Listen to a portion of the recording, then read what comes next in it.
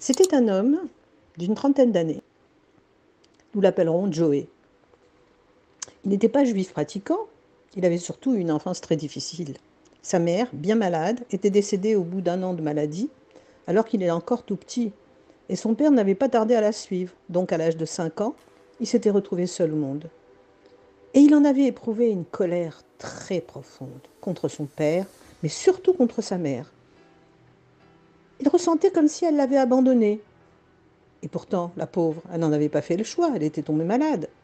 Quoi qu'il en soit, cette rancœur lui a dévoré sa vie. Les années ont passé et il est devenu parfaitement étranger au judaïsme. C'était en quelque sorte une vengeance contre sa mère qui, elle, était religieuse. Mais un jour, on ne sait pas comment ni pourquoi, il décida d'aller chez le rabbi. Pourquoi? C'était pas vraiment clair dans sa tête.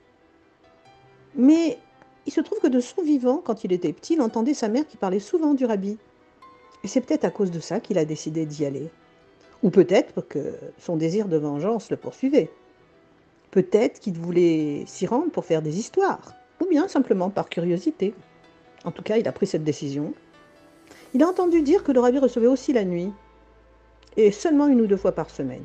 Alors il s'est dit, je vais arriver d'une manière impromptue, il y aura peu de monde, je vais me glisser en entrevue chez le rabbi, personne ne me verra, etc. Il s'imaginait cela. Il a donc réservé un taxi, il est parti pour Crown Heights, et arrivé au 770, il est entré et a été très surpris de trouver l'endroit très illuminé et bruyant, avec une activité intense à l'intérieur, plein de monde. Vraiment, il était très étonné à une heure pareille. Il ne savait pas où se diriger. Alors un jeune homme s'est approché de lui, lui a souhaité la bienvenue, il lui dit est-ce que je peux vous aider? Et Joey lui a dit qu'il était venu voir le rabbi de Lubavitch. Alors le jeune homme lui a expliqué qu'il aurait dû téléphoner pour prendre rendez-vous. Il lui a montré la queue qui se tenait devant le 770. Il y avait un monde fou, et toutes ces personnes, vous voyez, ont réservé depuis des mois pour voir le rabbi. Et certains se sont inscrits, voilà, vous voyez, et attendent en ce moment. Alors Joey est allé jusqu'à la file.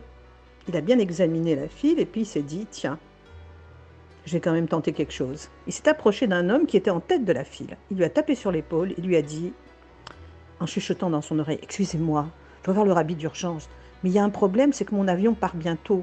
Alors s'il vous plaît, permettez-moi de me mettre devant vous et d'entrer tout de suite, j'en ai que pour 1 minute, 1 minute peut-être moins. L'homme a réfléchi, il a hésité 1 seconde et il lui a dit en haussant les épaules, qu'est-ce que je peux vous dire? Et Joey, qui n'en demandait pas plus, s'est glissé en tête. Mais à ce moment, Rav Groner, le secrétaire qui veillait au bon déroulement des entrevues, a vu Joey qui, lui, n'était pas inscrit du tout. Il s'est dirigé vers lui, bien décidé à le faire partir. Mais juste à cet instant, la porte du bureau du rabbi s'est ouverte et la personne qui s'y trouvait en sortit. Alors Joey s'est glissé sans perdre 1 seconde dans le bureau ouvert devant lui. Rav Groner a voulu s'avancer pour le rattraper et le tirer à l'extérieur, mais un geste du rabbi l'a retenu et il n'a pu rien faire. Il a donc laissé l'intrus prendre possession de l'endroit. La porte se referme et Joey prend place sur une chaise devant le table de travail du rabbi et ne dit rien. Il se contente de regarder le rabbi. Il s'était dit, je veux qu'il parle lui en premier. Le rabbi le regarda pendant quelques longues secondes et puis lui dit, je vous connais. Alors Joey se désignait lui-même du doigt et a dit, mais je ne suis jamais venu ici. Le rabbi a continué, j'ai reçu une lettre il y a quelques années. Le Joey répond, pas de moi. Le rabbi répond, sur vous. Sur moi, répond Joey. Mais qui pourrait écrire une lettre sur moi? Le rabbi se lève de son siège, il va vers un classeur, en tire une lettre, se rassoit et pose la lettre sur la table. Il explique à Joey, qu'il avait regardé faire sans comprendre, c'est de votre mère. Joey est bouleversé. De ma mère? En effet, c'était bien une lettre manuscrite, très ancienne. Était-il possible qu'elle soit de sa mère?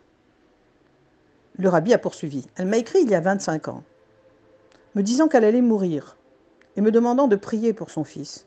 Vous pouvez la lire. Il a tourné la lettre encore tachée de larmes de sa mère vers Joey, mais le rabbi a laissé sa main appuyée dessus. Joey l'a lu. C'était bien ce qu'avait dit le rabbi. Cela voulait dire que sa mère ne l'avait pas abandonné. Elle avait fait tout ce qu'elle avait pu pour lui. Il eut l'impression que tout se mettait à tourner autour de lui. Il avait commis une erreur dramatique pendant toutes ces années en accusant sa mère, qui l'aimait tant. Il aurait voulu pleurer, mais il n'y arrivait pas. Le tumulte intérieur de cette brutale prise de conscience avait déclenché une tempête en lui. C'était trop fort, trop brusque. « Rabbi, supplia Joey, puis-je avoir cette lettre, s'il vous plaît, c'est de ma mère ?» Mais le rabbi l'avait déjà reprise. « Je peux vous en donner une copie, dit-il, mais la lettre m'a été écrite, elle reste chez moi. »« Mais c'est ma mère, dit Joey, le cœur brisé, ne comprenant pas pourquoi le rabbi ne lui donnait pas ce qui, finalement, n'était qu'une lettre qui datait déjà de 25 ans et qui lui revenait de droit, puisqu'elle était de sa mère. »« C'était ma mère, pourquoi ne pas me la donner ?» murmura-t-il comme un enfant. Et le rabbi lui répondit alors. « Chaque année, juste avant Yom Kippour, le jour du grand pardon, je réunis tous les élèves de ma yeshiva, plusieurs centaines de jeunes gens, et je les bénis tous comme mes propres enfants. »« Et alors, répondit Joey, et le rabbi ajouta, « Avant de les bénir, je lis cette lettre. » Alors Joey a compris qu'il avait hérité de tout cet amour.